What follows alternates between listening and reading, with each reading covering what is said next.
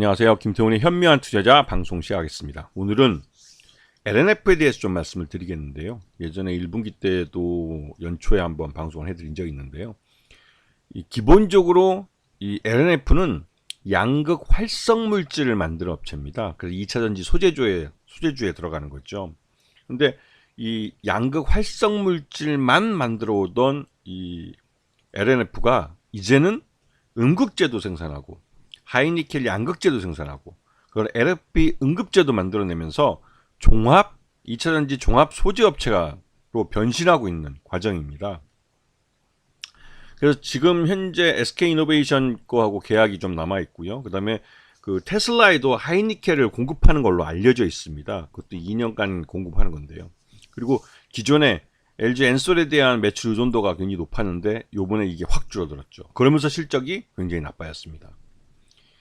자, 기본적으로 이 LNF는 그 여러 계열사들을 갖고 있습니다. 종속회사를 갖고 있는데 과학미래 신재료 유황공사나 JH 화학공업 회사를 이제 새로 설립했던 건데요.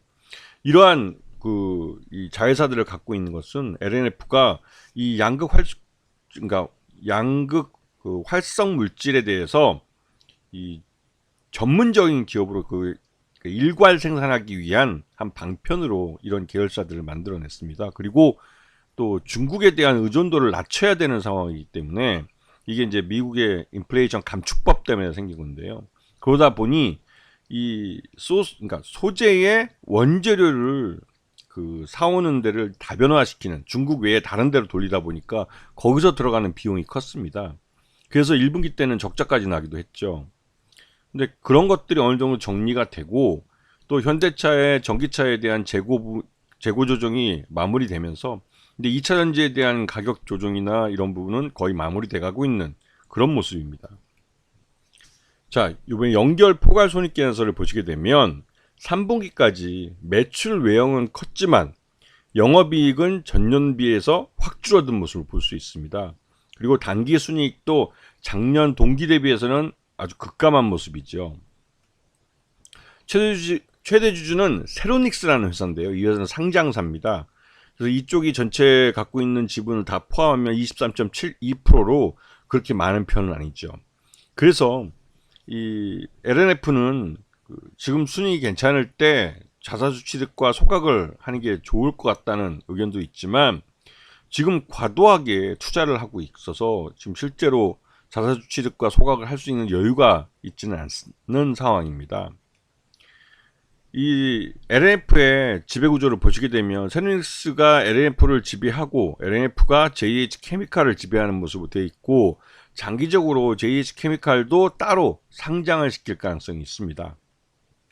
자, 그리고 요번에 LNF가 주가가 급등하는 이유는 대구 국가산업단지에다가 2조 5천억을 투입해서 말 그대로 양극재 외에 음극재나 하이니켈 양극재 쪽이나 이런 기존에 주력으로 삼던 거 외에 다른 음극재 쪽이나 또 배터리 양극재 같은 이런 LFP 배터리 양극재 같은 기존에 생산하지 않던 것들을 양산하기 위한 대규모 생산시설을 이번에 투자를 하려고 합니다. 이게 2조 5천억이나 들어가는 대규모 투자이기 때문에 실제로 LNF가 독자적으로 이 자금을 마련해서 하기는 굉장히 어려울 거예요. 그래서 유상증자나 아니면 전환사채를 발행하거나 아니면 은행 부채를 끌어 써야 되는데 그렇게 투자를 했을 때 최대 매출액 규모는 9조 원이 넘어갈 거로 예상이 돼서 그렇게 되면 지금 매출액이 거의 더블 정도 하게 되는 거죠.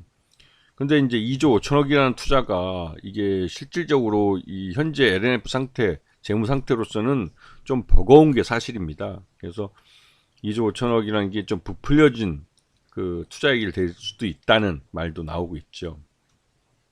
그래서 LNF가 지금 3분기 때 주가가 흘러내린 이유는 가장 엔드 유저인 현대차와 기아가 3분기 때 전기차 재고에 대한 조정을 들어갔고요.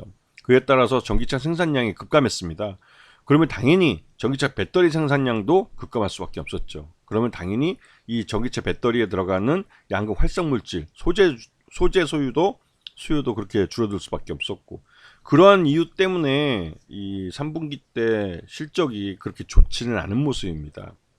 하지만 내년 상반기 중에 미국 조지아 공장이 완공이 되면 이제 미국에서도 전기차 생산을 곧장 이제 가동할 생각이고, 현대차나 기아에서. 그러면 내년 하반기부터는 미국 현지에서 전기차 양산이 늘어나면서 그 IRA법이라는 인플레이션 감축법이 발동되기 전에 현대차와 기아가 미국 전기차 시장의 10% 정도를 차지했습니다. 그리고 지금은 이 IRA법 때문에 그 점유율이 굉장히 줄었지만, 그래도 이 렌트카 분야에서는 어느 정도 전기차 시장을 지켜내고 있는 모습이죠. 그러다가 내년부터 이제 본격적으로 이 미국 조지아 공장에 가동이 되면 이 LNF도 현대차에 납품하는 이 전기차 배터리에 들어가는 이 2차전지 소재들을 생산량을 급격하게 늘려야 될 겁니다.